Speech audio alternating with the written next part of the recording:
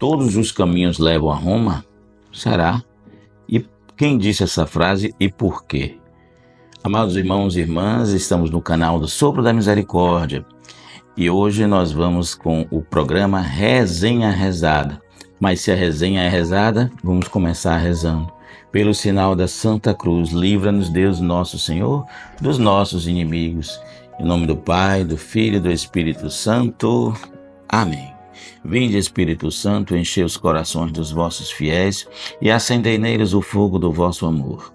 Enviai, Senhor, o vosso Espírito, e tudo será criado, e renovareis a face da terra.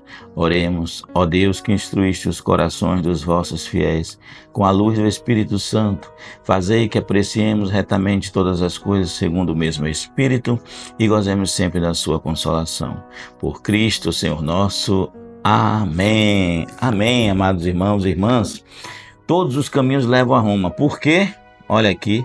Este é o nosso livro de hoje do Resenha Rezada, de Scott e Kimberly Hahn. Scott e Kimberly Hahn, um casal de ex-pastores presbiterianos, casal americano.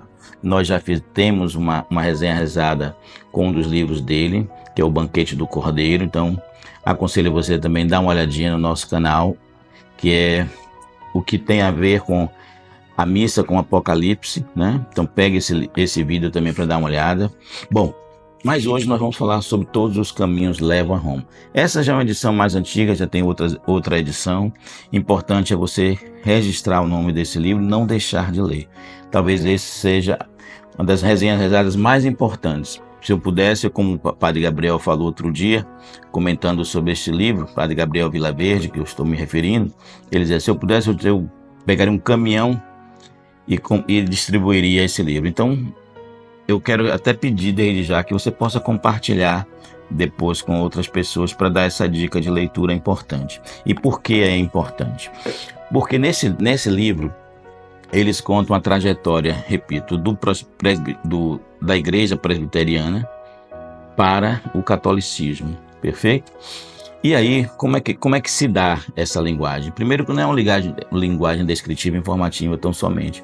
Eles fazem em forma de um romance. É bem interessante, porque imagine uma pessoa que a vida toda estudou para ser contra ao catolicismo. Toda uma família de pastores e pessoas da igreja.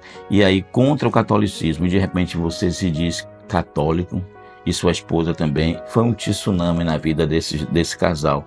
Mas graças a Deus eles conseguiram passar, porque passaram com amor, amor entre eles, amor a Deus e amor à verdade. Um casal de muita integridade. E sobre nessa perspectiva da integridade, eu queria fazer um parêntese para a senhora Kimberly, a esposa de Scott Hahn. Ela não é uma coadjuvante, ela participa junto com ele.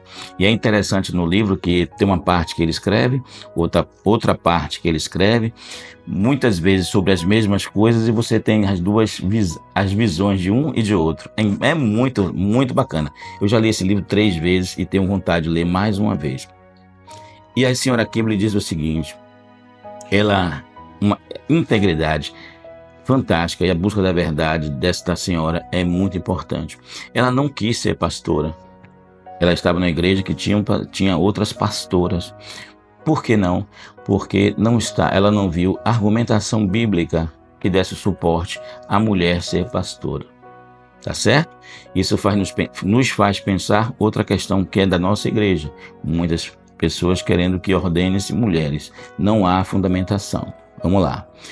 Contracepção. Ela também fez um estudo sobre a contracepção, que é um estudo católico, mas ela fez esse estudo e eu percebo, apesar de que a igreja dela, na época, ela estava ainda na igreja presbiteriana, não coadunasse, não convergisse com esse pensamento, tanto ele quanto ela mudaram o comportamento sexual do casal por conta desse parâmetro, dessa perspectiva que a Igreja Católica traz.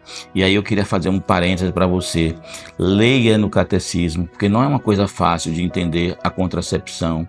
A Igreja dizer que não deve se utilizar, contraceptivos para não interromper a ação da graça. Não é fácil de entender, mas leia os parágrafos 2366, ou seja, 2366 ao 2372. viu? Principalmente observe o conceito de paternidade responsável. Bem bacana.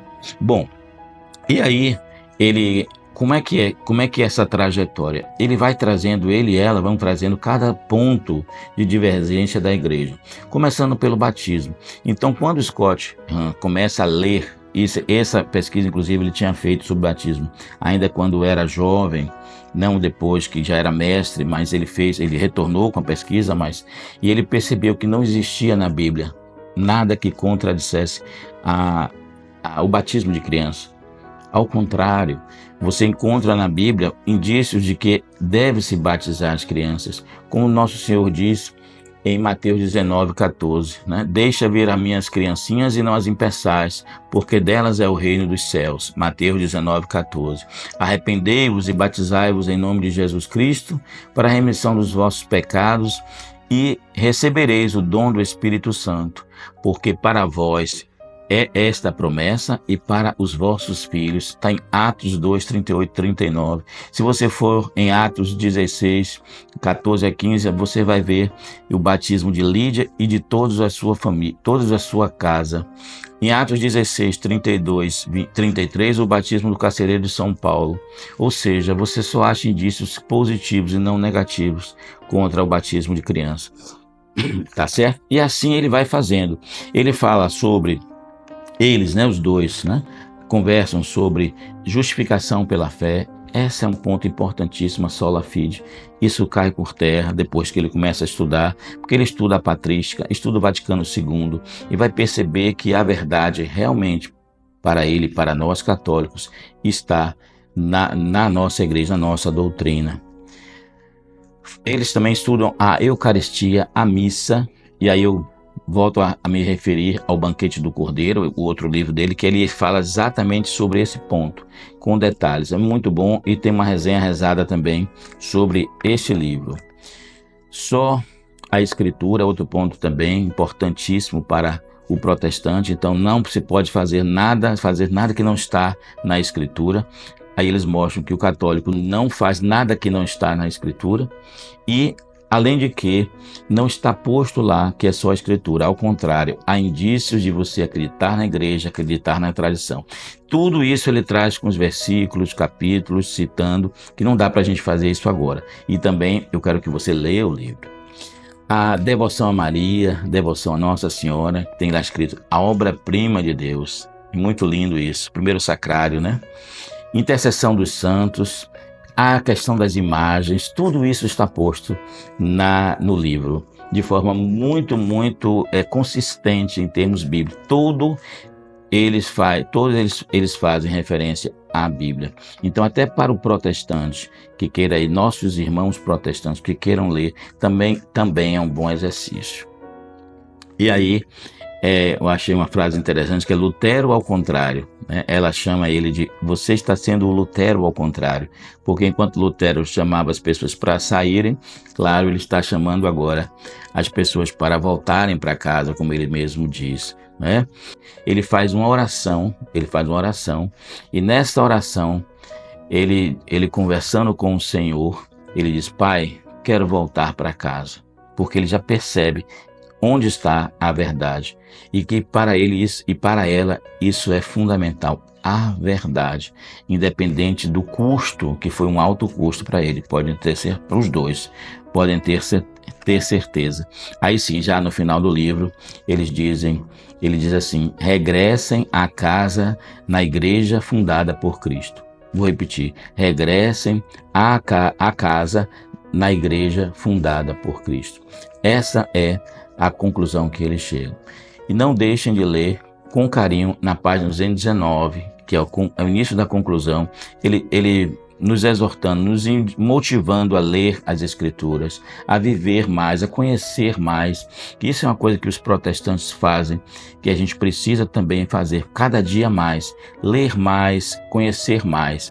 Embora nossas missas nos dê, né, a liturgia diária nos dê realmente subsídios para a gente ler. Basta que nós tenhamos vontade. Não é a igreja que não nos dá, a igreja nos dá. Basta que cada um de nós também procuremos aprender, ler e estudar e, mais importante, viver a palavra. Amém?